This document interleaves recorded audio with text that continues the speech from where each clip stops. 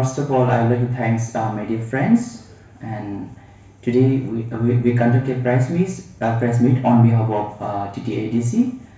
Then, first of all, I'm really thankful to Buvagra, then our Honorable CM, Honorable Deputy CM, all EMs and all MDCs for their support and guidance, which have made the Tripura Football League successful.